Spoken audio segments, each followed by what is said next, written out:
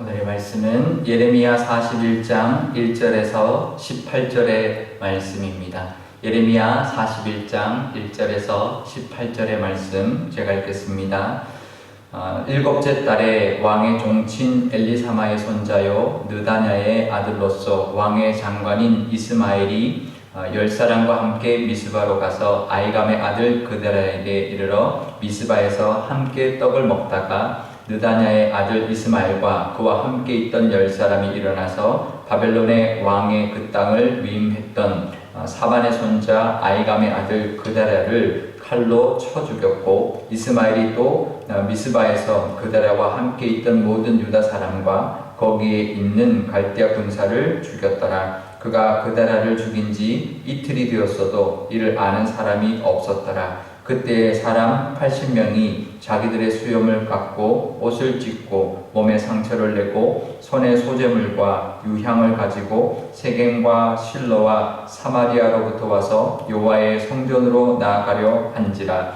느다냐의 아들 이스마엘이 그들을 영접하러 미스바에서 나와 울면서 가다가 그들을 만나 아이감의 아들 그다냐에게로 가자 하더라. 그들이 성읍 중앙에 이를 때에 느다냐의 아들 이스마엘이 자기와 함께 있던 사람과 더불어 그들을 죽여 구덩이 가운데 던지니라. 그 중에 10사람은 이스마엘에게 이르기를 우리가 밀과 보리와 기름과 꿀을 밭에 감추었으니 우리를 죽이지 말라 하니 그가 그치고 그들을 그 형제와 마찬가지로 죽이지 아니하였더라. 이스마엘이 그다랴에게 속한 사람들을 죽이고 그 시체를 던진 구덩이는 아사 왕이 이스라엘의 바아사 왕을 두려워하여 팠던 것이라. 느다냐의 아들 이스마엘이 그가 쳐 죽인 사람들의 시체를 거기에 채우고 미스바에 남아있는 왕의 딸들과 모든 백성 곧 사령관 느부사라단이 아이감의 아들 그드라에게 위임하였던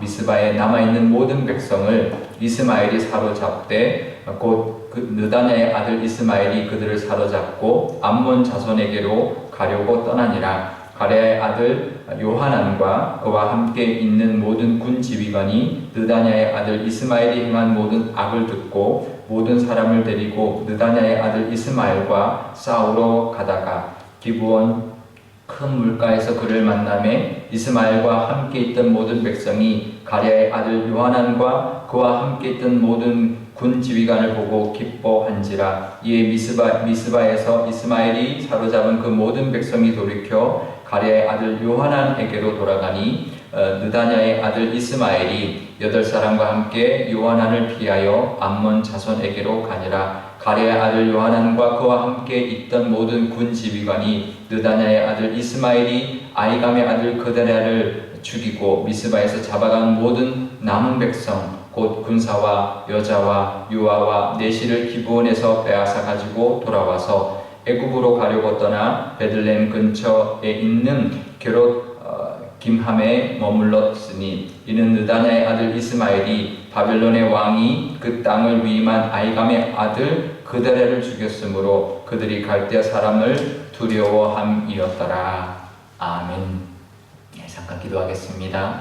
아버지 하나님, 오늘도 또 한 주를 보내고 명절 연휴를 보내고 또 토요일을 맞이하였습니다. 내일 주일을 맞이하기 위하여 또 토요일을 거룩하게 보내기를 원하오니 하나님 친히 말씀하여 주시고 하나님의 말씀을 따라 오늘도 하나님과 동행하며 또 주일을 준비하는 하루가 되게 하여 주옵소서. 감사드리며 예수님의 이름으로 기도드리옵나이다.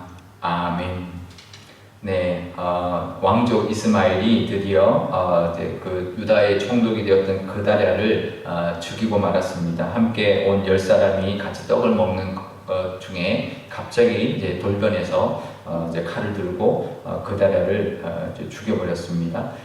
결국은 하나님의 명령대로 행하지 않아서 찾아왔던 이 위기 가운데 그래도 불행 가운데 하나님이 다시 세워서 그 이스라엘을 지켜주려고 했던 그 뜻까지도 이제 무산이 되어버린 거죠. 그 상황에서 그런 불행 가운데서는 서로가 남아있는 사람들이 서로 하나 되어야 하고 다시 하나님께로 돌아가서 회복에 함께 힘을 합쳐야 했었습니다. 하지만 그러지 못하고 분열했고요. 서로 죽이는, 서로 동족끼리 죽이는 상황이 되고 말았습니다.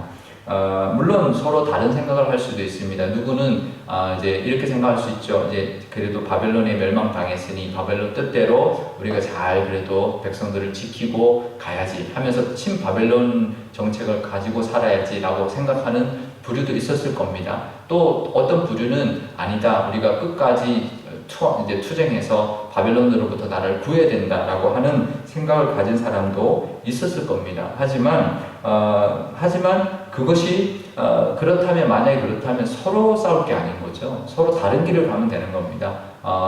친바벨론 어떤 생각을 가진 사람들은 남은 백성들을 잘 지키고 나머지 이제 반바벨론의 어떤 생각을 가진 사람들은 그 사람들은 바벨론과 싸워야죠. 왜 이제 있는 같은 종족을 죽이고 더 어려운 문제를 만들어내는지 그건 이제 어떤 불행의 이제 씨앗이었던 거죠. 더 큰 불행으로 가는 정말 남은 희망까지 이제 다 없애버리는 그런 선택이었던 것입니다.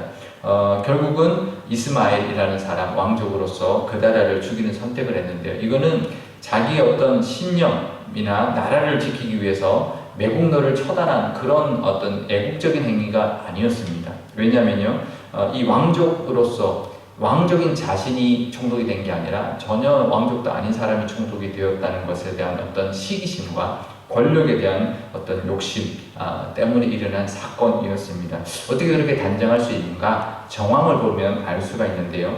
그 이후에 이제 일단 그다랴 총독을 죽였는데 아무도 몰랐습니다. 근데 이제 순례객들이 80명이 찾아와서 그다랴에게로 가자라고 하니까 이제 들통날 것 같으니까 이 사람들까지도 죽여버립니다. 아무 죄도 없는 사람, 이제 하나님을 이제 섬기기 위해서 제사하려고 찾아오는 순례객, 이 사람들까지도 죽여버리니까 이거는 어떤 그다랴만을 처단한 것이 아니라 자기가 어떤 권력을 잡기 위해서 어떤 이제 그 어떻게 보면 이제 차지하려고 했던 권력을 차지하려고 했던 모습으로밖에 볼 수가 없고요.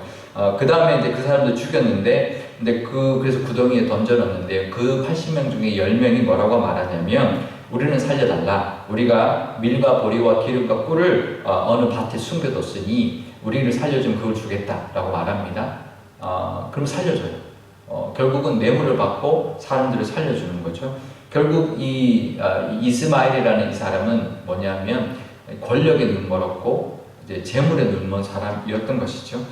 결국은 그 행동을 보면 이 사람은 결국 어떤 예국적인 모습으로 그다라를 죽인 것이 아닙니다. 자기가 어떤 권력을 차지하려고 했고 어떤 재물을 취하려고 했고 결국은 미스바에 있던 그다라에게로 몰려왔던 많은 사람들을 붙잡아서 암몬으로 끌고 갑니다. 결국은 암몬 왕에게 갖다 바치는 거죠. 그러면서 자기가 이제 어떤 권력을 취하기 위한 그런 모습이었던 것이죠.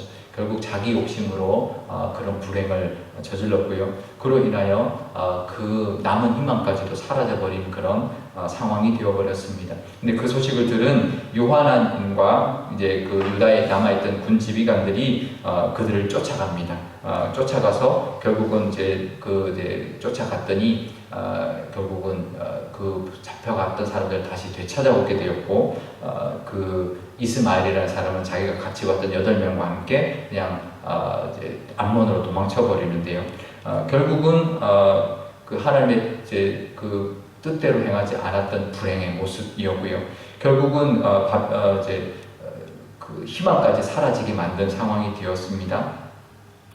근데 문제가 있었습니다. 그 이스마엘이 그다라를 죽일 때 그때 함께 있던 바벨론 군사들도 죽여버렸습니다. 그러니 이제 바벨론이 이제 올 수밖에 없는 거죠. 총독도 죽였고 함께 있던 군사들까지 죽였으니 올 수밖에 없는 거죠.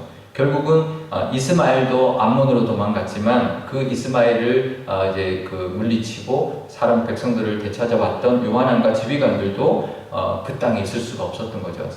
이제 그 땅에서 살 수가 없었던 거죠. 그래서 애굽으로 피신하려 이제 애굽으로 도망갈 수밖에 없었던 상황이었습니다. 왜냐하면 애굽과 바벨론이 그때는 대치하고 있었던 상황이었으니 안전할 것이라고 생각했는데요. 사실 그것 또한 하나님의 뜻이 아니었습니다. 한 사람의 잘못과 잘못된 행동 때문에 그 나라의 그 작은 희망까지도 사라지게 만들었을 뿐만 아니라 또 다른 위기, 더 큰 위기를 맞이하게 되었는데요.